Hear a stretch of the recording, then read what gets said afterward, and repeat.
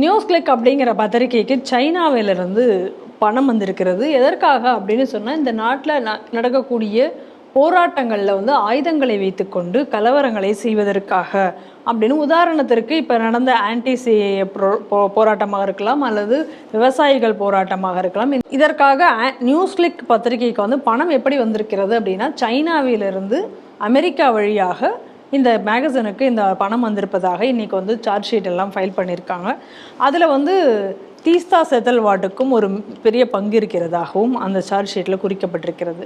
இது எப்படின்னா, anti CIA protest நடந்த பொழுது, அதாவது ஷாஹீன் பாக்கில் நடந்த அந்த ப்ரொட்டஸ்ட்டில் அங்கே இருக்கக்கூடியவர்களை இந்துக்களுக்கு எதிராக போராட வைப்பதற்காக, அவர்களை தூண்டி விடுவதற்காக நியூஸ் கிளிக் அந்த பத்திரிகையில் வேலை பார்க்கக்கூடிய அவர்களை அங்கே அனுப்பி வைத்து அவர்களை அங்கே தூண்டிவிட செய்தது, அங்கே ப்ரொட்டஸ்டில் இருந்தவர்களுக்கு பணத்தை இவர்கள் மூலமாக அனுப்பி வைத்தது போன்ற பல வேலைகளை வந்து இவர்கள் அங்கே செய்திருக்கிறார்கள்.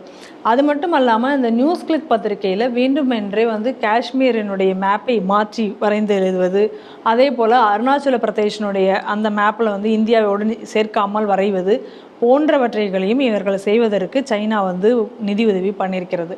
இதே போல் தீஸ்தா செதல்வாட்டும் நிறைய பணம் பெற்றுக்கொண்டு ஒரு பெரிய குரூப்பை உருவாக்கி இவர்கள் வந்து இந்தியாவிற்கு எதிராக வந்து கருத்துக்களை வெளியிட்டு கட்டுரைகளை பல மேகசின்களை வெளியிடுவதற்காக, அதில் வந்து சப்ரங் இந்தியா அப்படிங்கக்கூடிய ஒரு இதில் வந்து இவர்களோட போர்ட்டலில் வந்து இவர்களுடைய மேகசின்களை தொடர்ந்து வெளியிடுவதற்காக அதற்கும் பணம் வந்திருக்கிறது. அதுவும் இந்த நியூஸ் கிளிக் வழியாகத்தான் இந்த பணங்கள்லாம் வந்திருக்கிறது. இப்படி வந்து 80 கோடி ரூபாய்க்கு மேலே நியூஸ் கிளிக் வந்து பணத்தை பெற்றிருக்கிறது அப்படிங்கக்கூடிய செய்தி இன்றைக்கி வெளியில் வந்திருக்கிறது. நம்ம முன்னாடியே சொல்லிக்கிட்டு இருக்கிற மாதிரி தான் இது எப்படி இந்த ஒவ்வொரு இன்டர்நேஷ்னல் ஏஜென்சிஸும் செயல்பட்டு வருகிறது. இப்போ நம்ம சமீபத்தில் நம்ம பார்த்தோம்னா ஸ்டெர்லைட் எதிர்ப்பு போராட்டம், அதுக்கு பின்னணியால் யார் இருந்தாங்க, இதை பற்றி நிறைய பேசினதுனால நான் இன்றைக்கி அதை பற்றி உள்ளே போக விரும்பலை. இப்போ வந்து அந்த நம்ம உடங்குடியில் உள்ள ராக்கெட் மையத்துக்கு நம்ம திமுகவிலேருந்து குலசேகரப்பட்டினம் அந்த திமுகவில் போட்ட அந்த தமிழ் அரசு விளம்பரத்தில் வந்து சீனா ராக்கெட்டை தூக்கி போட்டது, அந்த விஷயம் பார்த்தோம். ஒரு ஊர் டவுன் பஸ்ஸில் வந்து சைனா போர்டு இருந்தது. அப்போது சைனாவோட இன்ஃப்ளூயன்ஸ் எவ்வளோ இருக்குது. பட் இதெல்லாம் அவங்க யோசித்து வேணும்னு போட்டாங்கன்னு நான் சொல்ல வரல. பட் இந்த இவ்வளவு சைனீஸ் இன்ட்ரூஷன் எப்படி வந்தது? ஒரு சம்மந்தமே இல்லாமல் ஒரு ஊரில் இந்த சைனீஸோட ஒரு ஃபுட் பிரிண்ட் எப்படி இருக்க முடியும்? அப்போது சைனா எந்த அளவு டீப்பாக இந்தியாவுக்குள்ளே ஆப்ரேட் பண்ணுகிறது, அதைத்தான் நம்ம இந்த செய்தியில் கவனிக்க வேண்டியது. ரெண்டாவது, இதோட சோர்ஸுங்க சைனா, பட் இதோட சேனல் என்ன? அமெரிக்கா. சைனாவும் அமெரிக்காவும் எதிரி நாடுகளாச்சே. அப்போ எப்படி அமெரிக்கா வழி இது இங்கே வருகிறது? ஏன்னா அமெரிக்காவுக்கும் இந்தியாவுக்கும் நட்புறவு இருக்கிறனால அமெரிக்காவில் இருந்த பணம் வந்தால் யாரும் கண்டுக்க மாட்டாங்க தானே? ஆமாம். ஸோ அப்போ அமெரிக்காவுக்கு ஏதாவது பிரச்சனை வந்ததுன்னா 4 கிறிஸ்தவனுங்க உடனே பார்த்தாயா அப்படி செய்யப்பட்டானுங்களே அப்படின்னு கத்துவான். இப்போ நம்ம ஊரில் இந்த ஜேர்னலிஸ்ட் ஃப்ரீடம் அப்படின்னு சொல்லி இதுக்குன்னு உலக பாடின்னு ஒன்று வச்சுருப்பான்.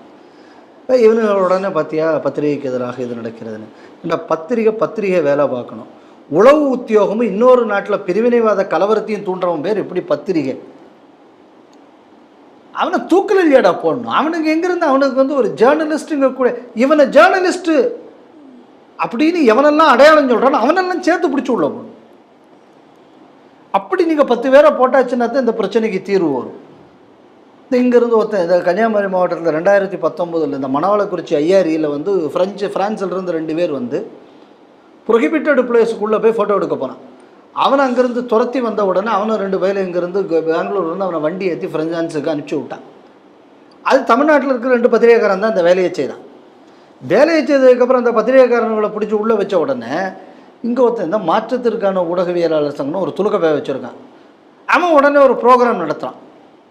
ஃப்ரெஞ்சு ஜேர்னலிஸ்ட்டுக்கு எதிராக இப்படி ஒரு பெரிய இது நடக்கிறது. அதில் வந்து இங்கே ஒரு பேர் இருக்கான், இந்த ஐயங்கார் பேர் என்ன என்றாம், அந்த ஆளும் போய் கலந்துக்கிட்டான். இவன் யோசிச்சு பாருங்க, அவன் எங்கடா போய் ஃபோட்டோ எடுத்தான்? ஃபோட்டோகிராஃபி ப்ரொஹிபிட்டட்னு போர்டு போட்டிருக்கக்கூடிய இந்தியன் ரேரர்ஸ் மினரல்ஸுக்குள்ள சைட்டில் போய் அவன் ஃபோட்டோ எடுக்கிறான். இது முதல்ல அங்கே போய் அதுவும் ஒருத்தன் நம்மளே அங்கே ஃபோட்டோ எடுத்து நம்மளை பிடிச்சி ஜெயிலில் போடுறானா இல்லையா? அப்போ வெளிநாட்டிலேருந்து ஒருத்தன் வந்து அங்கே போய் ஒருத்தன் ஃபோட்டோ எடுக்கிறான் அப்படின்னு சொன்னால் பார்க்கக்கூடிய நம்மளாலேயே அவனை பிடிச்சி போலீஸில் கொடுக்கணும். இவன் இங்கேருந்து அவனை நாடு கடத்தி விட்டுவிட்டு அவனுக்கு சாதகமாக இவனுங்க ப்ரெஸ் மீட் வேறு நடத்துகிறான். அப்போ இதில் நியூஸ் கிளிக்கு மட்டும் இல்லை, இந்த நியூஸ் கிளிக்கு மாதிரி இங்கே ஏக்கச்சக்க துரோகிகளை நாம் வளர்த்து விட்டுருக்கோம். அடுத்ததான் நம்ம இதில் எதை கவனிக்கணும்னா இந்த ரூட், த மணி ரூட்.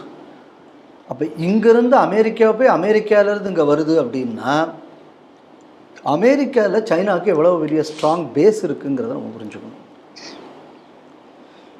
அந்நியாயமாக பல சண்டைகளையும் நியாயமாக சில சண்டைகளையும் அமெரிக்கா போட்டிருக்கு இதுக்கு முன்னாடியும்.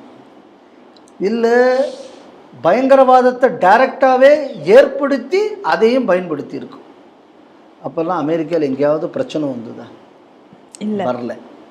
இப்போ பாருங்க, எல்லா காலேஜ்லேயும் டென்ட்டு கட்டி பாலஸ்டீன் ப்ரொட்டஸ்ட் நடக்குது. ஆமாம். அப்போ அமெரிக்காவில் இருக்கக்கூடிய எல்லா யூனிவர்சிட்டிலையும் அமெரிக்காவுக்கு எதிரான போராட்டங்களை யார் ஃபண்டு பண்ணவா இருக்கணும்? சைனாவாகத்தானே இருக்க முடியும். அப்போது இந்த லிபரல் அப்படிங்கக்கூடிய ஒன்றை சொல்லிவிட்டு இந்த டெமோக்ராட்டிக் பார்ட்டி அவங்க தான் ரூல் பண்ணிக்கிட்டு இருந்ததுக்கானுங்க. இவனுக்கு இன்றைக்கி அமெரிக்காவையும் நடுத்தருவில் கொண்டு நிறுத்தி விட்டார்கள். அமெரிக்காவை பாதுகாப்பற்ற நாட்டாகவும் மாற்றி விட்டார்கள். அப்போ இந்த இடதுசாரிகளுக்குள்ள இன்ட்ரூஷன் எந்த நாட்டிலெல்லாம் இருக்கோ அந்த நாட்டிலெல்லாம் பிரச்சனை. இதுக்கு ஒரு கிளாசிக் எக்ஸாம்பிள் இன்றைக்கி அமெரிக்காவில் நடந்துகிட்டு இருக்கக்கூடிய பிரச்சனைகள். சரி, இப்போ இந்த நியூஸ் மினிட்டுக்கு கிளிக்குக்காரங்களுக்கு மேலே கேஸ் போட்ட உடனே நம்ம ஊரில் எம்பிட்டு போயில கத்துனா. ஆமாம். சரி, இப்போ இதுக்கு என்ன பதில் சொல்ல போகிறீங்க? சரி, தீஸ்தா சித்தல்வாதுக்கு கொடுத்தாங்க. தீஸ்தா சித்தல்வாது எவிடன்ஸை டேம்பர் பண்ணாங்கன்னு சொல்லி சுப்ரீம் கோர்ட்டே அந்த அம்மாவை வந்து குற்றவாளின்னு சொன்ன ஆள்.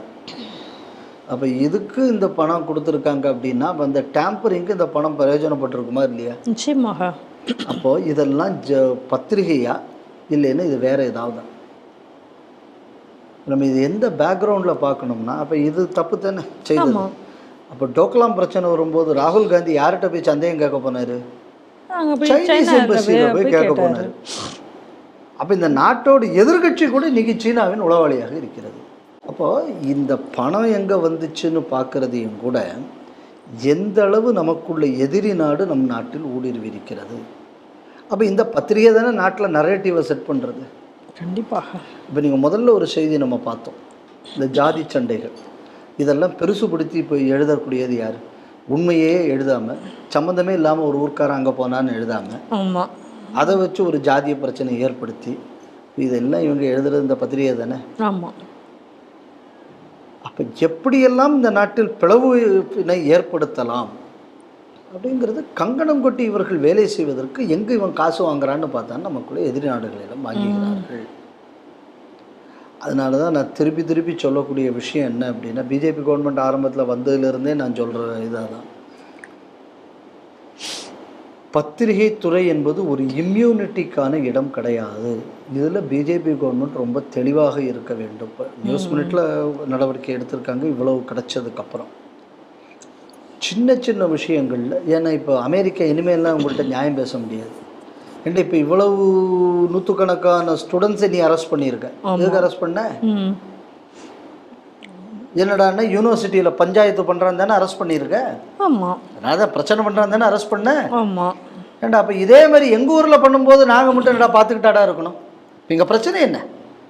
ஷாஹீன் பாக் ப்ரொட்டஸ்ட்டில் அருணாச்சல் பிரதேச வெட்டின மேப்பை போடுவானா, இதை வெட்டிக்கிட்டு போவானா, இவன் மேலே நடவடிக்கை கூட இன்னும் சொல்ல போயாச்சுன்னா அவன் கலவரமும் பண்ணுவானா. ஆமாம். மாணவர்கள் மீது எப்படி நடவடிக்கை எடுக்கலாம்? அமெரிக்கா பேசிச்சு அன்னைக்கு நியாயம். ஏன்டா இப்போ இதே பிரச்சனை இப்போ உனக்கு வந்தோடனே நீ அரெஸ்ட் பண்ண தண்டை செய்கிற. இப்போ பப்ளிக் சேஃப்டி டெமோக்ரஸி பாதுகாக்கப்பட வேண்டும் இந்த மண்ணாங்கட்டியில் இப்போ பேசுறது இல்லை. அதே தாண்டா எங்கள் நாட்டுக்கும் அன்றைக்கி நாங்களும் இதுக்கு தானே நடவடிக்கை எடுத்தோம். அப்போ எங்கள் நாட்டுக்கு எதிராக சைனா ஆப்ரேட் பண்ணுறதுக்கு நீ தானேங்கிறது பணம் மாற்றி கொடுக்கறதுக்கு நீ உதவி பண்ணியிருக்க. இப்போ பார்த்தீங்களா கர்மா எவ்வளவு வலுவானதுன்னு. நீ என்ன துரோகம் சைனாவுக்காக இந்த நாட்டுக்கு எதிராக பண்ணினியோ இன்னைக்கு அது உனக்கே வந்து சேர்ந்துருக்கு. அதனால் இது வந்து பத்திரிகை துறை வெட்கப்பட வேண்டிய விஷயமாக நான் பார்க்குறேன். ஒரு ஜேர்னலிஸ்ட் அப்படிங்கக்கூடிய இம்யூனிட்டியை பயன்படுத்தி ஒரு தேசத்துக்கு துரோகம் செய்யக்கூடிய ஒரு கும்பல் அதன் மீது இன்றைக்கு ஒரு நடவடிக்கை என்பது உண்மைக்குமே பாராட்டக்கூடிய விஷயம். இப்போது ஏற்கனவே நம்ம பார்த்தோம், கார்கில் யுத்தம் வரும்போது அப்போ இந்த என்டிடிவின்னு ஒன்று இருந்துச்சு. ஆமாம், இப்பவும் இருக்குது, இப்போ வேறு கை மாறிடுச்சு. அப்போ இந்த என்டிடிவியில் இருக்கக்கூடிய இந்த பர்காதத்துங்கக்கூடிய இந்த அம்மாலாம் போய் அந்த போர்க்களத்துலலாம் போய் வீடியோ எடுத்தாங்கன்னு சொன்ன உடனே என் ஃப்ரெண்டு ஐயர் ஒருத்தர் உண்டு, அந்த ஐயர் அடிக்கடி சொன்னார், எவ்வளோ தைரியமாக போய் அவள் எடுத்தா பார்த்தியான்னு அப்போ என்கிட்ட சொன்னார். இப்போ தான் அவருக்கு புரியுது, அது தைரியமாக போனது அதுக்கு இல்லை, எங்கே நம்ம படம் இருக்குன்னு பாகிஸ்தான்காரனுக்கு வீடியோவை போட்டு காட்டேன்னு அப்புறம் தான் தெரிஞ்சிச்சு. இந்த மும்பையில் நடந்த இந்த 24/7 இவர்கள் அந்த லைவ் பண்ணதே அதுக்காக வேண்டி தாங்கக்கூடியது நமக்கு தெரிஞ்சு போச்சு. எதுக்கு இதெல்லாம் நம்ம கவனிக்கணும் அப்படின்னு சொன்னால், இவர்களெல்லாம் பத்திரிகைகள் அல்ல, இவர்களெல்லாம் வெளிநாட்டின் ஏஜென்ட்டுகள். அதனால் அரசாங்கம், இப்போ எனக்கு கூட ஒரு வருத்தம் உண்டு, தமிழ்நாட்டில் அதிகமாக தேசியத்துக்கு எதிராக எழுதக்கூடிய பத்திரிகையில் ஒன்று தினகரன், சரிதானே? ஆமாம், ஏன்னா திமுகவுக்குள்ள மவுத் பீஸ். கண்டிப்பாக மத்திய அரசு விளம்பரம் தினகரனில் வருது, ஆனால் வேறு எந்த பேப்பர்லேயும் மத்திய அரசு விளம்பரத்தை நான் பார்க்கறது இல்லை. ஒரு ஸ்ட்ரேஞ்சு இருக்குது, ஒரு விஷயமாக இருக்குது. ஏண்டா அப்போ தேசியத்தை ஆதரிக்கக்கூடிய பத்திரிகைக்கு நீ 10 விளம்பரத்தை கொடுத்தேன்னா அது நாட்டுக்கு நல்லது. தனிநாடாக போகணும்னு சொல்லக்கூடிய ஒரு சித்தாந்தத்தை கொண்ட ஒரு அரசியல் கட்சிக்குள்ள ஒரு பத்திரிகைக்கு மத்திய அரசு விளம்பரம் கொடுத்துக்கிட்டு இருக்கு, அதுவும் தமிழ்நாட்டில் இன்னைக்கு. இதையும் கூட ஒரு வெக்கக்கேடான ஒரு விஷயம் இருக்க முடியாது. எனக்கு தெரிஞ்சு இந்த வீடியோவை ஏதாவது பார்க்குறீங்களா என்னன்னு தெரியாது, பார்த்தாச்சுன்னா அந்த மேலே இருக்கக்கூடிய அந்த சின்ன தாடி அவர் அமித்ஷா இவர்கள்ட்டெல்லாம் இந்த விஷயத்தை தயவு செய்து கொண்டு போங்க. தமிழ்நாட்டில் ஏன் தினகரனுக்கு நீ அட்வர்டைஸ்மெண்ட் கொடுக்குற, வேறு பத்திரிகைகளுக்கெல்லாம் ஏன் கொடுக்க மாட்டேங்கிற? அதனால் இப்போ எனக்கு ஒன்றும் வந்துட போகிறது இல்லை, ஏன்னா CTV அந்த லிஸ்ட்லேயே வராது. அதனால் இது ஏதோ அவங்களுக்காக வேண்டி எனக்காக வேண்டி நான் அவங்கள தட்டி கேட்டுக்கிட்டு இருக்கேன்னு கூட 10 பேர் போஸ்ட் போடுவான். கண்டிப்பாக. ஏன்னா நம்ம ஊரில் எதை சொன்னாலும் அதில் கொஞ்சம் எக்காரணம் கொண்டு எனக்கு எவனா கொடுக்கவும் மாட்டான். ஏன்னா இருக்கக்கூடிய யூடியூபே நம்மளை ஷேடோ பண்ணிக்கிட்டு இருக்கான். நம்மகிட்ட எந்த வயலும் நமக்கு அட்வர்டைஸ்மெண்ட்லாம் கொடுக்க போகிறது இல்லை, ரெண்டா கொடுக்கவும் முடியாது, ஸ்கோப்பும் இல்லை. அதனால் இது CTV ஏதோ தான் பிச்சை எடுக்கிறதுக்காக வேண்டி சொல்லிவிட்டான் அப்படின்னு கீழே கமெண்ட் எழுதுறதுக்கு முன்னாடி யோசிங்க கொஞ்சம். நீங்கள் எழுதினாலும் எழுதுவியே, ஏன்னா அந்த அளவு விவரமானவனுக்கு நிறைய பேர் இருக்கான் நம்ம நாட்டில். எதுக்கு சொல்ல வரேன் அப்படின்னு சொன்னால், இந்த மாதிரியான த்ரெட்ஸ் இதை மத்திய அரசு ஐடென்டிஃபை பண்ணி, பிஜேபி ஜெயிப்பதற்காக நான் இதை சொல்லலை, தேசத்தின் பாதுகாப்புக்காக இதையெல்லாம் செய்ய வேண்டும்னு நான் சொல்கிறேன்.